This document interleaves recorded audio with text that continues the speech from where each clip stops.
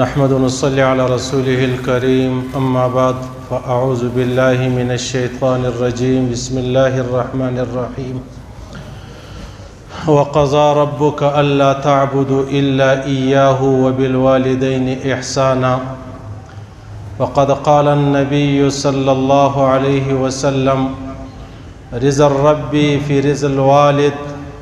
وسخط الرب في سخط الوالد او كما قال النبي صلى الله عليه وسلم. عزیزانو د الله پاک امر د الله حکم دا دی چې وقضى ربك الا تعبدوا الا اياه،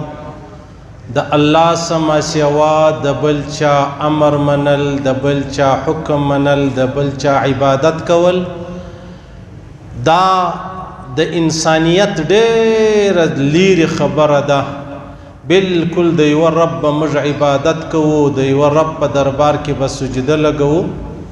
او بیا الله فرمایي وبالوالدین احسانا، د خپل بابا وادي سره به احسان کوئ، ښه کوئ، په ښه انداز مجلس، په ښه انداز ناسته، په ښه انداز ولاړه به یې. د ترمذي حدیث دی، پیغمبر علیه الصلاة والسلام فرمایي رضا الرب فی رضا الوالد، د الله رضا چې د هغه د بابا په رضا کې ده، وسخط الرب فی سخط الوالد، د الله ناراضگی چې د هغه د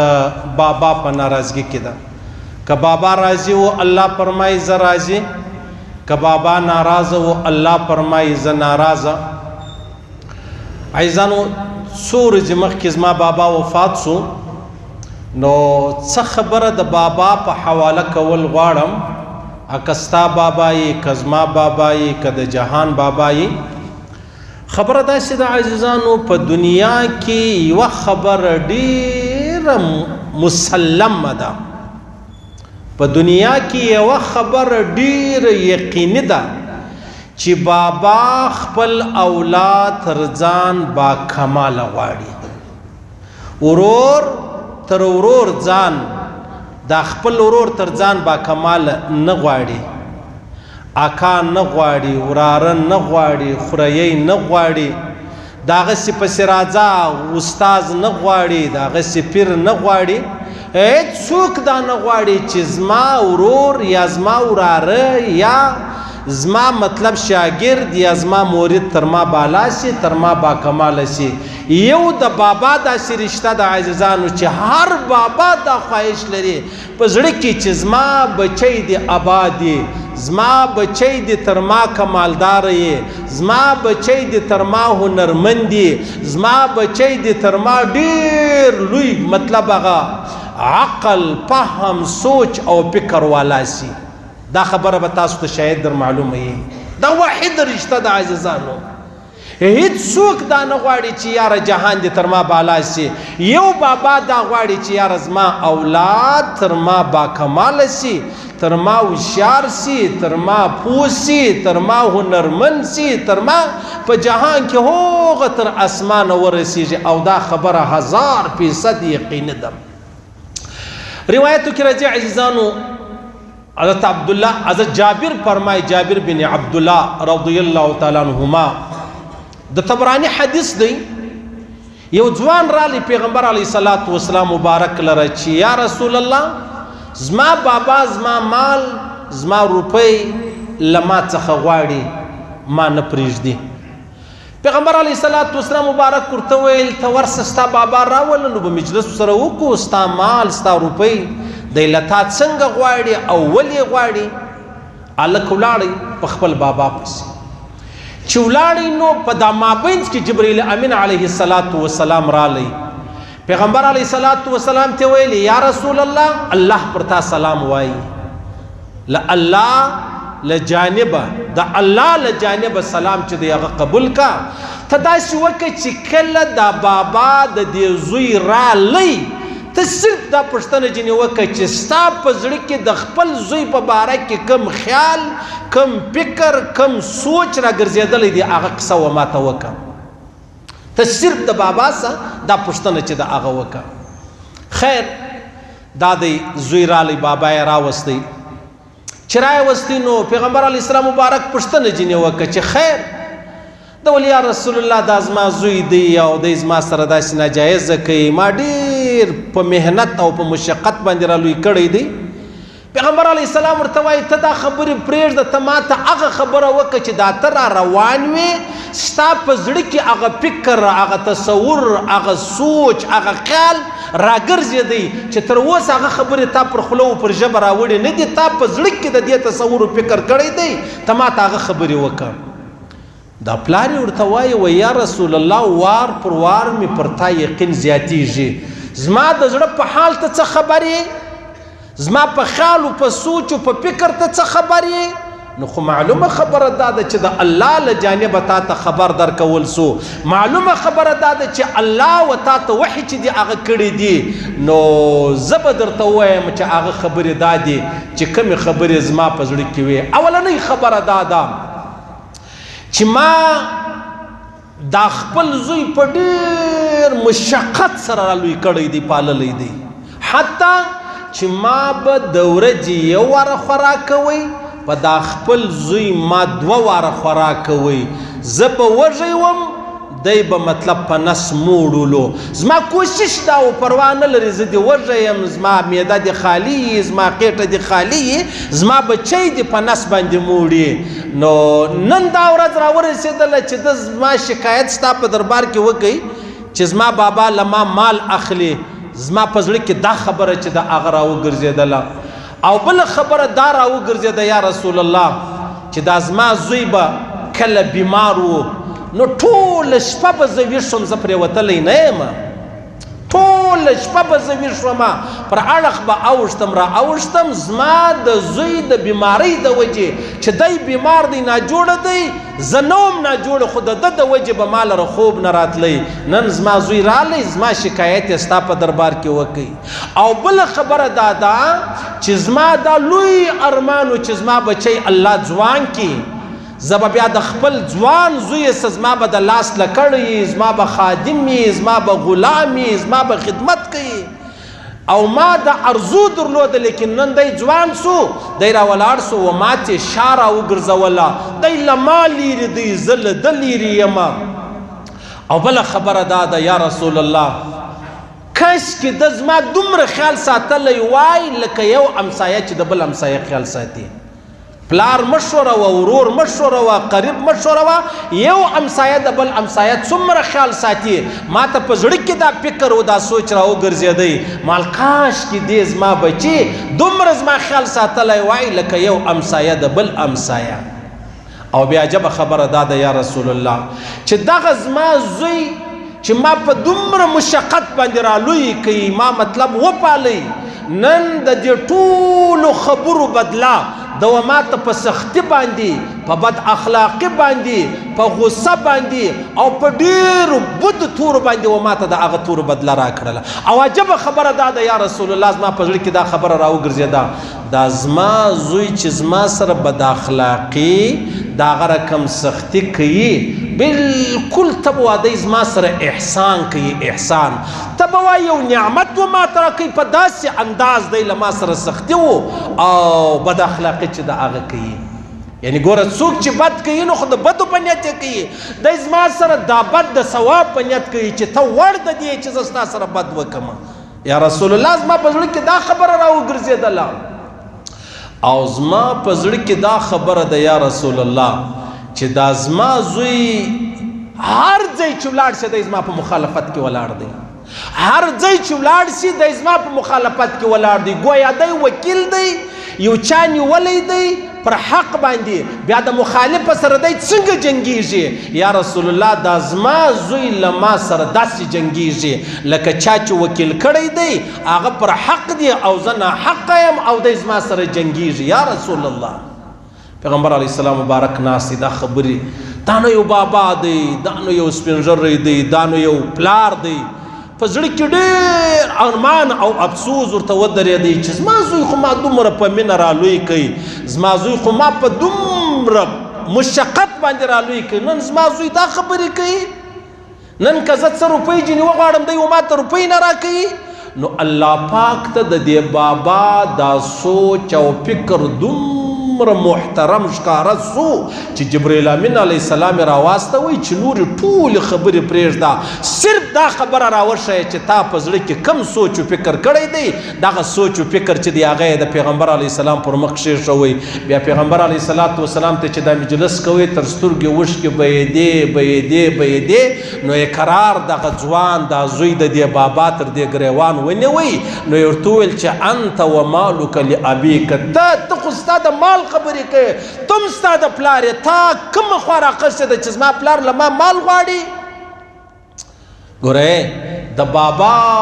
مشقت، د بابا مهرباني،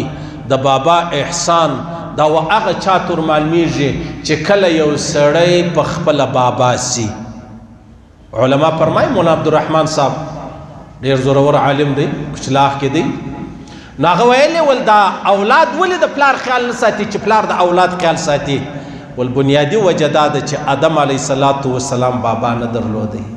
اولاد یې درلودی. د اولاد د سره ډېر احسان کوي، لیکن اولاد چې دی هغه چش نه کوي، هغه احسان د خپل بابا سره نه کوي.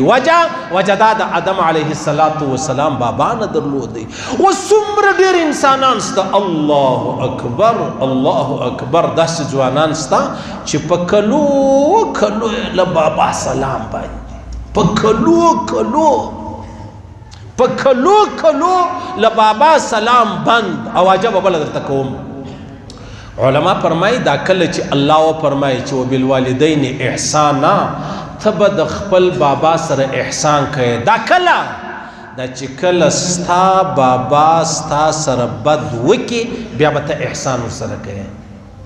ګورې بابا ستا سره بد وکړو ته به احسان ورسره کوې. دغه چې کله ما له تا سره احسان کړی، تا له ما سره احسان کړی، صحیح سلو، نو زه تا ته بدله د احسان در کوم، ته و ما ته بدله د احسان را کوې. لیکن بابا و ادې داسې دي چې بد در سره وکړي، الله فرمایي اوس به ته احسان ورسره کوې. څومره جبه خبره د عاجزانو. ما او تا په دې وطن کې څومره داسې ځوانان را معلوم دي، څومره داسې انسانان را معلوم دي، څومره داسې لوڼې را معلومې دي چې هغه له بابام سلام باندې، هغه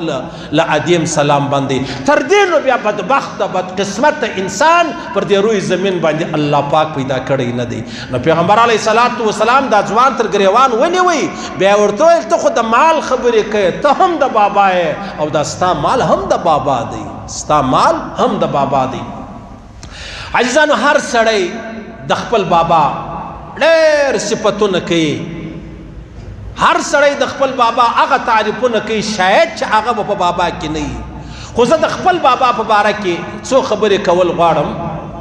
عزیزانو زما بابا چې کوم څوک یې پېژني هغو ته پته ده، چې نه یې پېژني هغه د زما پر خبرو باور وکړي. زما بابا و ما ته نصیحت به هر وخت کوي.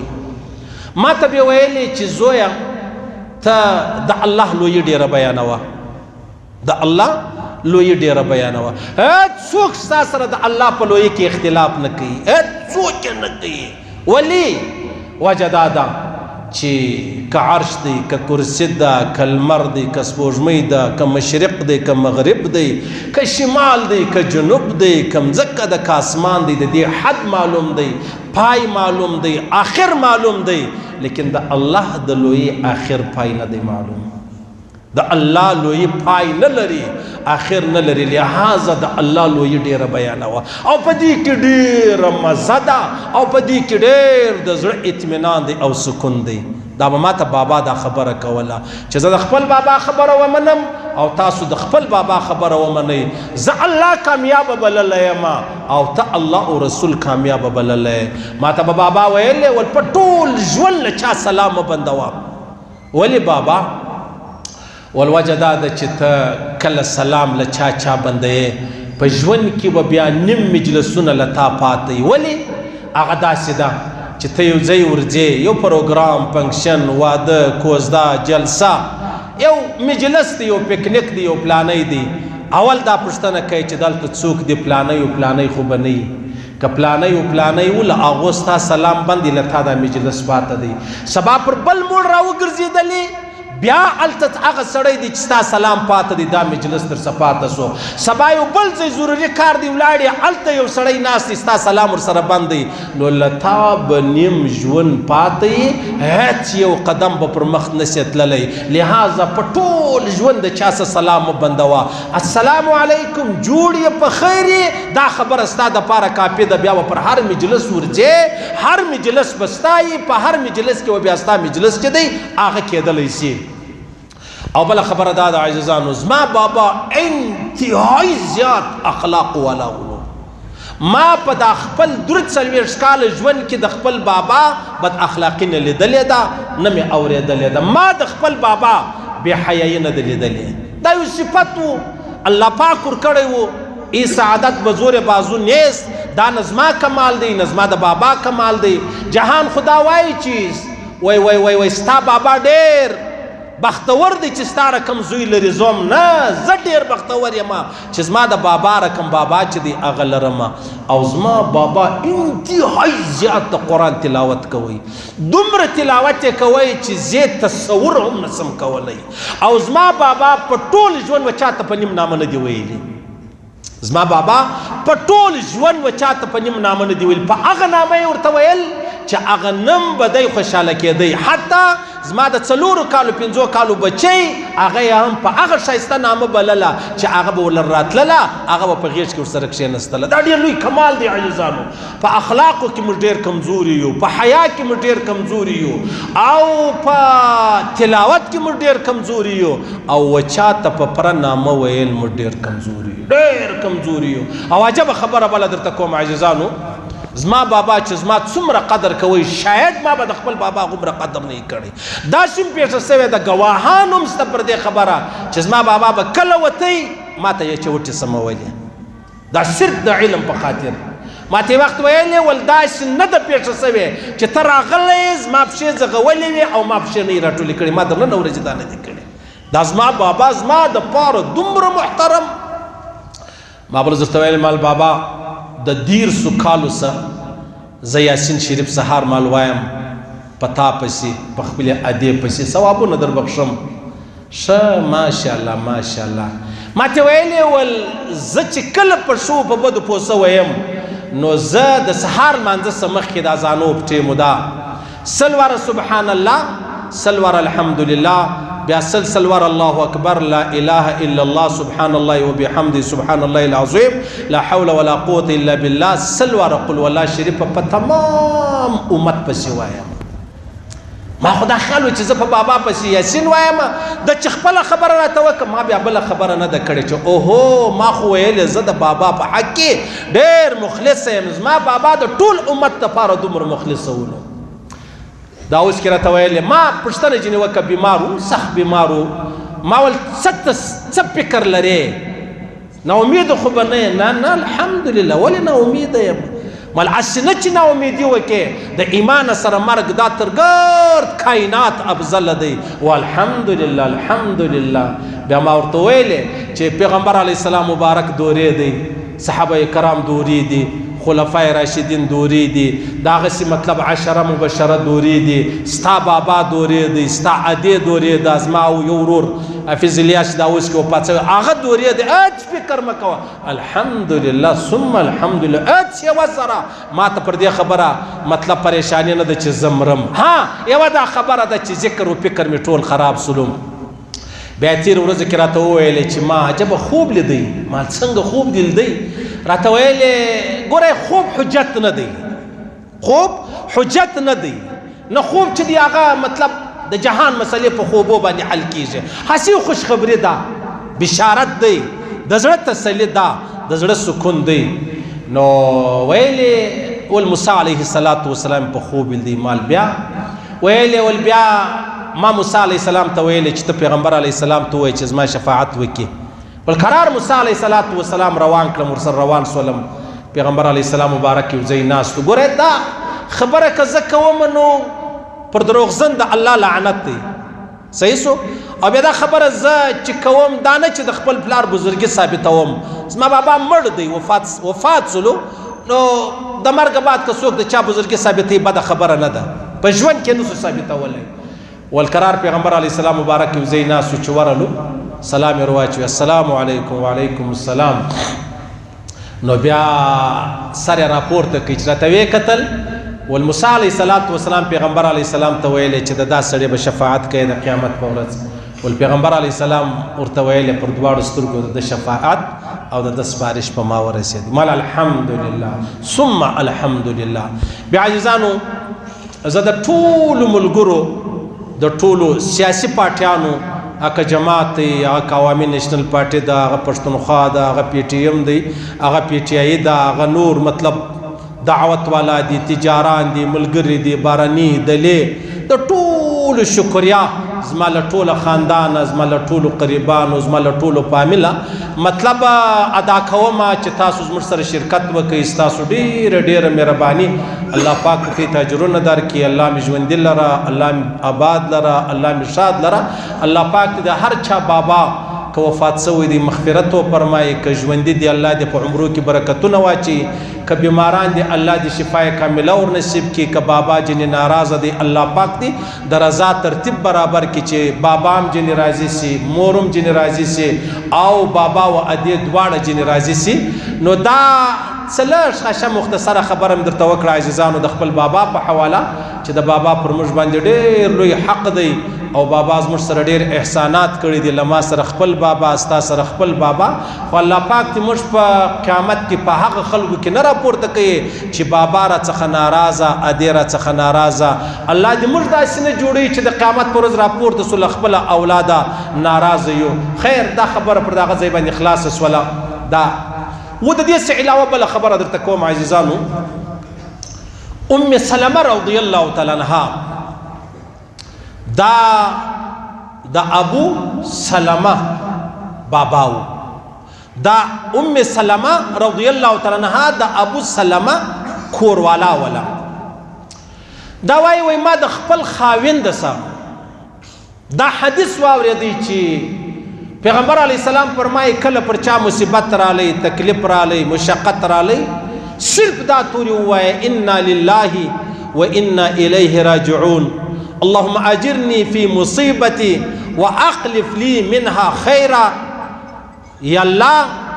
ته د دې مصیبت په بدله کې ما ته اجر راکې او تر دې خیر راکې. اللهم اجرني في مصيبتي واخلف لي خيرا منها. یا الله تر دې و ما ته خیر چې دی هغه را نصیب کړي. دا وایي څو عمر بعد زما خاوند وفات شو. چې وفات شو ما ته د خاوند دغه حدیث را یادو دا د مسلم حدیث دی. نو خاوند چې وفات شو ما دا وویل چې انا لله و انا الیه راجعون اللهم اجرني في مصیبتي واخلف لي خیرا منها یا منها خیرا. دا ټول مول پس لکه راوګرځېدل ما ویل چې اوس په زما تر خاوند ښه سړی چیرې زه ډېر ورسره خوشحاله وم زما ډېر ښه ژوند و زه ډېر راضي وم. نو اوس په زما تر خاوند ښه خاوند ما ته الله د کمې خوا راکوي. دا وایي په دې خبره کې زما سوچ ولو. خیر عیده تېره سوله چې عیده تېره سوله د ابوبکر صدیق پیغام رالی طبقات ابن سعد لیکلی دی چې زه له تا سره نکاح کول غواړم. ما رد کړم نه فی الحال نه یم تیار دې خبرو ته. بیا حضرت عمر فاروق رضی الله تعالی عنہ ما ته پیغام د نکاح راکړي. ما ویل نه یم تیار فی الحال هغه مې رد کړي. څو ورځې بعد جناب نبی کریم مبارک صلی الله علیه وسلم د نکاح پیغام راغلی. چې راغلی زه حیرانه شوم چې څنګه خبره سوله. قرار ما پیغمبر علیه الصلاة والسلام مبارک ته درې خبرې کښېښولې. اوله خبره مې دا کښېښوله مال یا رسول الله زه ډېره غیرتمنه یم زه بن نسم برداشتولی. د بنې سره ژوند زما په غیرت کې نه راځي زما غیرت د دې خلاف دی. دویم زه اولاد لرم. دریم زه عمر مې ډېر دی نو څنګه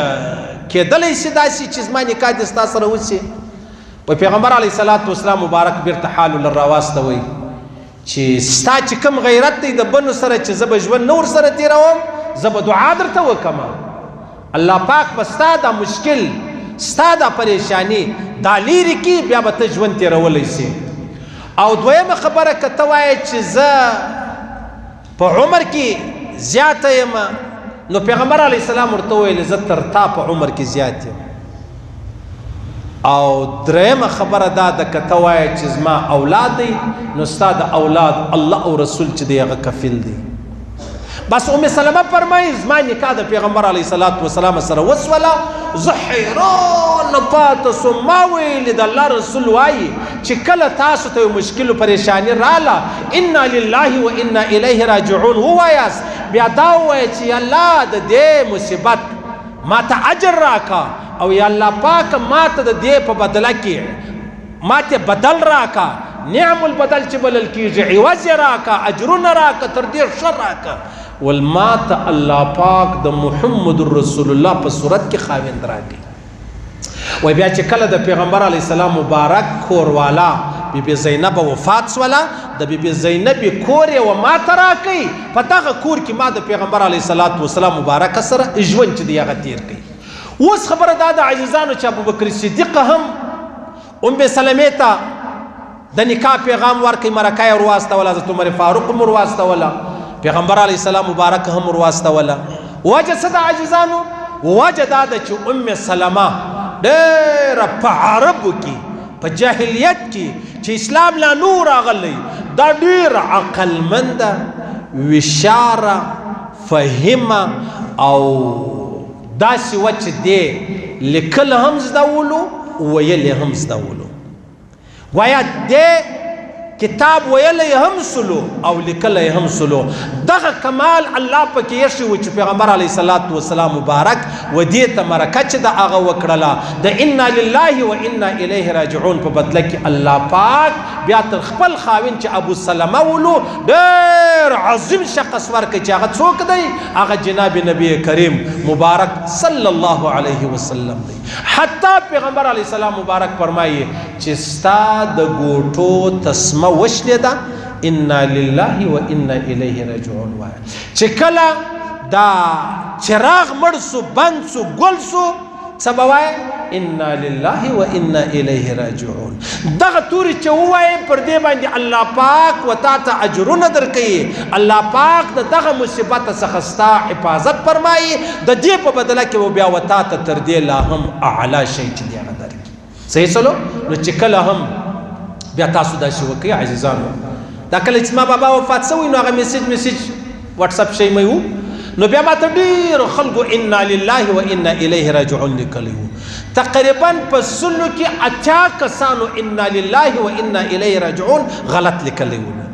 تاسو دا شی زده کړئ اول خو هغه سټیکران سته چې هغه سړی چاله راواستوي د ځانه تورې مه لیکه کې لیکې دا آیات شریف دی آیات غلط مه لیکه څه ضرورت دی څه در پیښه ده او بل دا تورې زده کړئ انا لله و انا الیه راجعون موږ د الله یو د الله و طرف ته وځو دا اسانه پښتو معنا ده دا تورې زده کړئ په لیکلو کې دې زده دی خو ډېره ښه خبره ده زده یې کړه او بیا که دې په ویلو باندې سمې زده کړه بیخي ډېرو کسانو سره چې به ملاو سلو انا لله و انا الیه راجعون به ډېر غلط ووایي تاسو کوشش وکړئ ضروري نه ده لازمي نه ده چې ته لیکې او دام نه ده لازمي چې ته خامخا په خوله دا تورې وایې چې ستا زده نه دي ها که زده دي کې لیکلی سي پر دواړو سترګې وکړه ښه خبره ده خو لیکن دا تورې زده کوي زه ډېر حیران و ډېر هوښیار سړی به و هغه به تورې غلط لیکلي و هوښیار سړی به انا لله و انا الیه راجعون غلط وایي او چې ډاکټر راته ویل ډېر زبردست سنجیده پوه ډاکټر دی ولې یاره مولوي صاحب اوس په لمانځه کې ډېر پریشان سوم ټلیفون مې درکوي خو به ټلیفون مې نه در وکوي مال څنګه خبره وه ویلې ول په لمانځه کې په سجده کې خو نو سړی سبحان ربي الاعلی وایي مال و ول ما سبحان ربي العظیم وایي بیا چې راپورته سوم مال و سجده سا وکمه نه وکمه تاله ټلیفون در وکم حالانکه سبحان ربي الاعلى سبحان ربي العظيم سبحان الله الحمد لله الله اکبر لا اله الا الله که په رکوع کې دغه توري وایه که سبحان ربي العظيم وایه که سبحان ربي الاعلى وایه تا خو د الله لوی ده د الله ثنا ده د الله پاکي ده که سړی سبحان ربی الاعلی په رکوع کې ووایي څه مشکل نشته، که سبحان ربی العظیم په سجده کې ووایي څه مشکل نشته. ګوره یو سړی دومره پوه پر هائی لیول باندې، لیکن چې بیا کله سبحان ربی الاعلی او سبحان ربی العظیم ته کښېنئ بیا ډېر وشاته یې ډېر وشاته یې. نو لہذا انا لله و انا الیه راجعون زده کوي، او په دې کې الله پاک ډېر لوی سکون یې شی دی. او عجبه خبره دا ده، د الله رسول فرمایي کال بعد چې وتا ته دا ستا غم در په یاد سو، بابا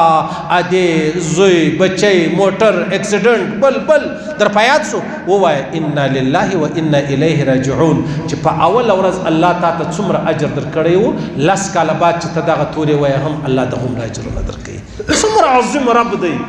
څومره لوی رب دی، څومره مهربان رب دی، او څنګه و ما او تا ته په ښایسته انداز راښوولي دي، او پر هغه باندې و ما او تا ته اجرونه راکوي، ثوابونه راکوي. د دې څه علاوه به بله خبره درته وکړم عزیزانو. خبره داسې ده، ام سلمه وایي چې زما خاوند کله وفات شو، ابو سلمه دا مسلم حدیث دی، نو بیا زما د خاوند سترګې رونې پاته سولې. چې رونې پاته سولې، پیغمبر علیه الصلاة والسلام مبارک رالی پر دا سترګو باندې لاس ورتیر کړي، سترګې ورپټې کړلې. موږ د مړي سترګې ورپټوو. ولې ورپټوو؟ اوله خبره دا ده عزیزانو، چې کله یو سړی وفات سي د سترګې رونې پاته سي، خلاصې پاته سي، نو په دغه حال کې دا ډېر ناخوښه حال وي،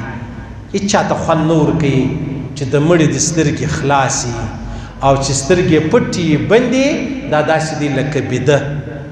صحیح سلو، لکه په خوب، په شیرین خوب بیده. او بیا بله خبره دا ده، انسان جنې بیریږي، انسان جنې بیریږي. د انسان دا خپل چهره، دا خپل رنگ، دا خپل مخ، دا په هغه حال کې څه خوند کوي چې کوم حال موږ ته الله او رسول راښولی. اوس دلته ام سلمه فرمایي زما خاوند وفات شوی، سترګې رونې پاته، پیغمبر علیه السلام مبارک رالی، بیا یې دا سترګې چې دي هغه ورپټې کړلې. او دا سترګې پټول بیا په هغه ساعت کې بیا کوئ. ولې؟ په هغه ساعت کې باندې د انسان بدن ګرم وي، نو سترګې پټېدلی سي. که ټیم ورباندې تیر سي بیا بدن سوړ سي، یخ سي، بیا هغه سترګې چش نسي کېدلی، بیا پټولی نسي،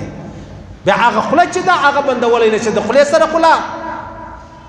داسې خبرې درته کوم عزیزانو چې دا زموږ د مزاج، زموږ د طبیعت ډېرې خلاف خبرې دي. موږ د دنیا زامن یو، ژوند ډېر خوند راکوي، د دا خبرو سره زموږ کرکه کېږي. نو ځنې خو لا سړی وتړي، سترګې خو تړلی هم نسي. بیا کله کله داسې پېښ سوي چا سترګې رونې پاته سوي، بیا په هکې پنبه منبه ویشی چې دی هغه یې ایښي. خو دغه یوه خبره بله درته وکړم، د الله رسول فرمایي، د مسلم حدیث دی، دا انسان چې مري دا سترګې ولې رونې پاتېږي؟ وجه صحابو ورسې پوښتنه وکړه، ول تاسو په دې پوهېږئ چې دا سترګې ولې رونې پاتېږي؟ هغه وویل یا رسول الله ولې رونې پاتېږي؟ زموږ سر نه دی خلاص. د مسلم حدیث دی، پیغمبر علیه السلام فرمایي چې کله د انسان روح الله قبض کوي، دا روح له انسان وځي، انسان و هغه خپل روح ته ګوري، دی په دې سترګو خپل روح ته ګوري. نو چې کله روح ولاړی، بدن ټنډه سلو، یخ سلو، دلته سترګې پر هغه ځای بیا خلاصې پاتې سي، بیا بندېږي. لویه بنیادي وجه دا ده.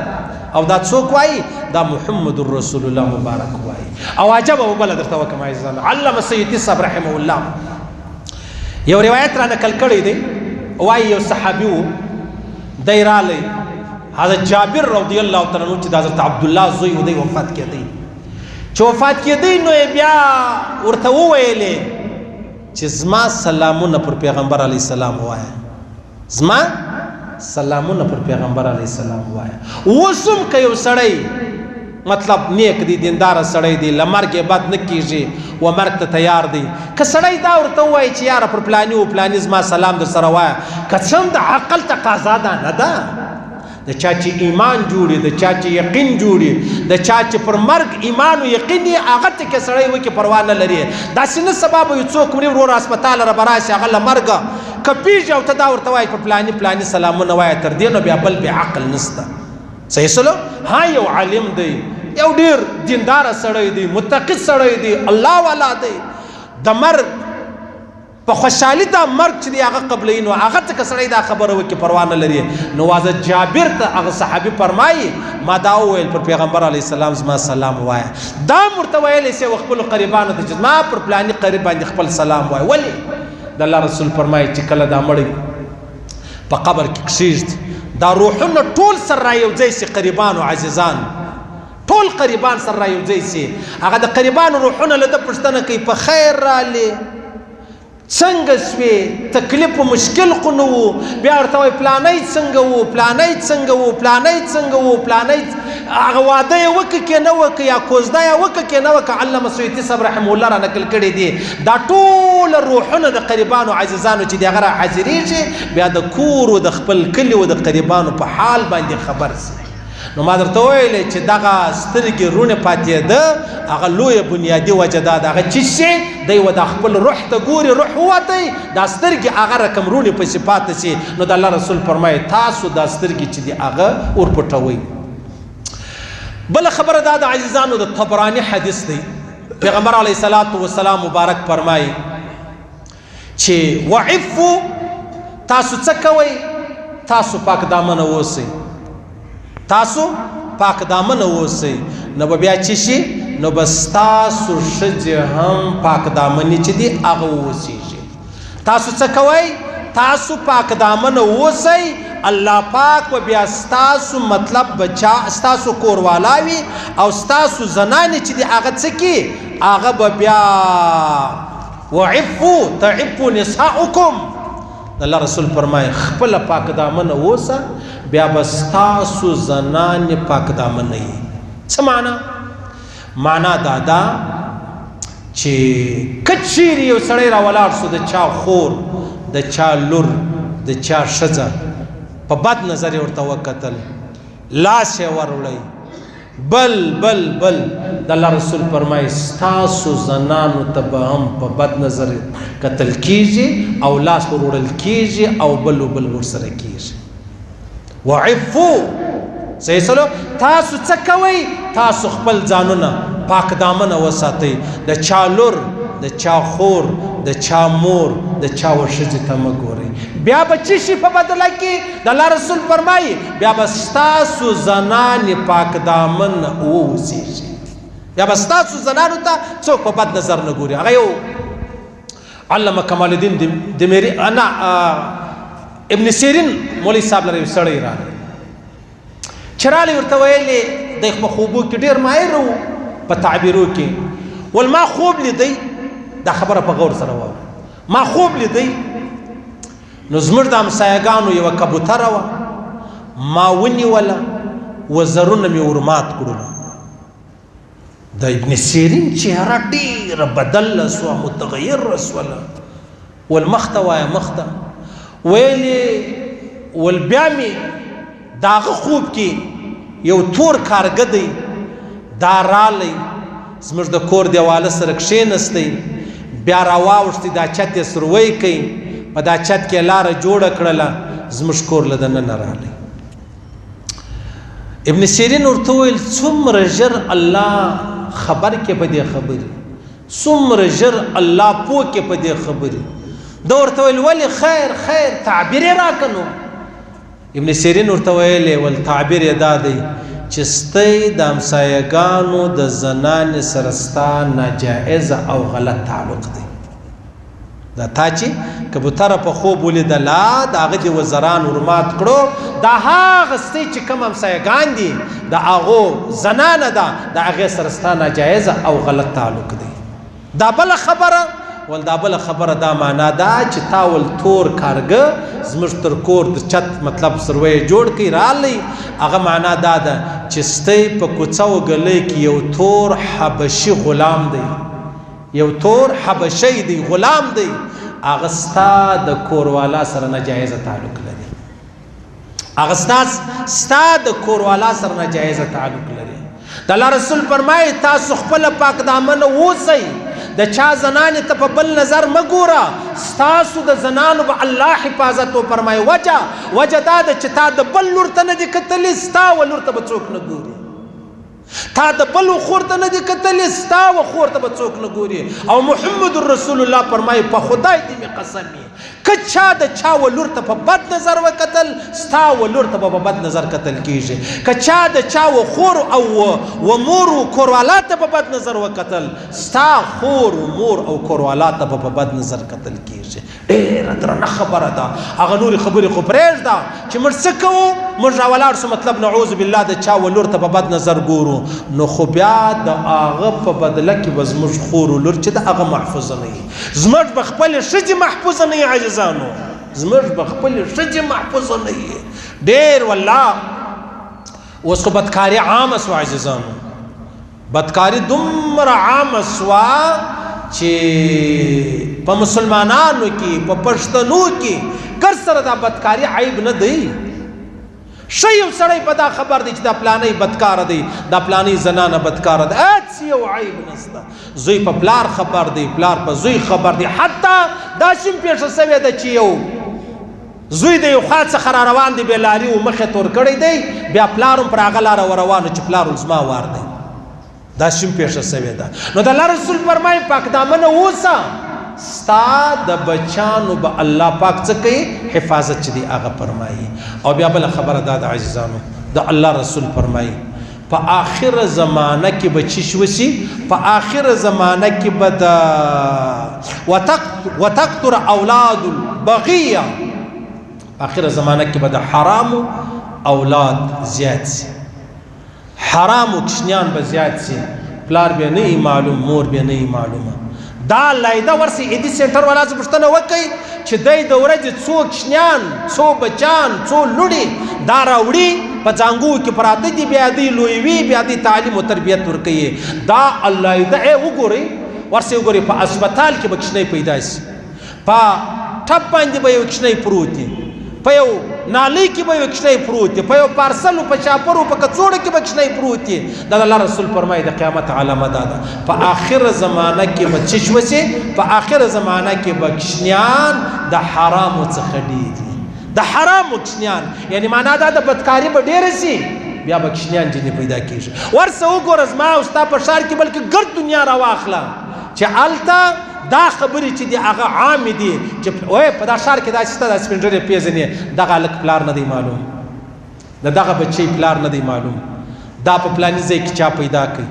دا په فلاني ځای کې پروت و بیا چا راواخیستی بیا یې غټ کړي بیا یې لوی کړي بیا یې فلانی او دا کله د الله رسول فرمایي د قیامت لویه علامه ده دا د قیامت لویه نشانې ده او دغه نشانیانې الله په موږ باندې ولیدلې دغه نشانیانې الله په موږ باندې ولیدلې خو الله پاک دې موږ ته یې وساتي عزیزانو الله دې موږ وساتي الله پاک دې د هر مسلمان حفاظت وفرمایي الله پاک دې د هر مؤمن حفاظت وفرمایي الله دې زموږ د خوندو د لونو حفاظت وفرمایي چې هغه به مطلب نعوذ بالله نعوذ بالله نعوذ بالله هغه به په نورو خبرو اختی او موږ اورو بیخي ډېر اورو خاص کر زه اورم دا خبرې بیخي ډېرې اورم د کېدلو نه دي د کولو نه دي وستاسو مخ ته د ایښولو والله که دي او دا نه دی چې زه به خپل شهرت غواړم په شهرت کې به بیا الله جهنم راکړي زه غواړم چې ما او تا الله پاک د دنیا له رسوایي هم وساتي او د آخرت رسوایي هم وساتي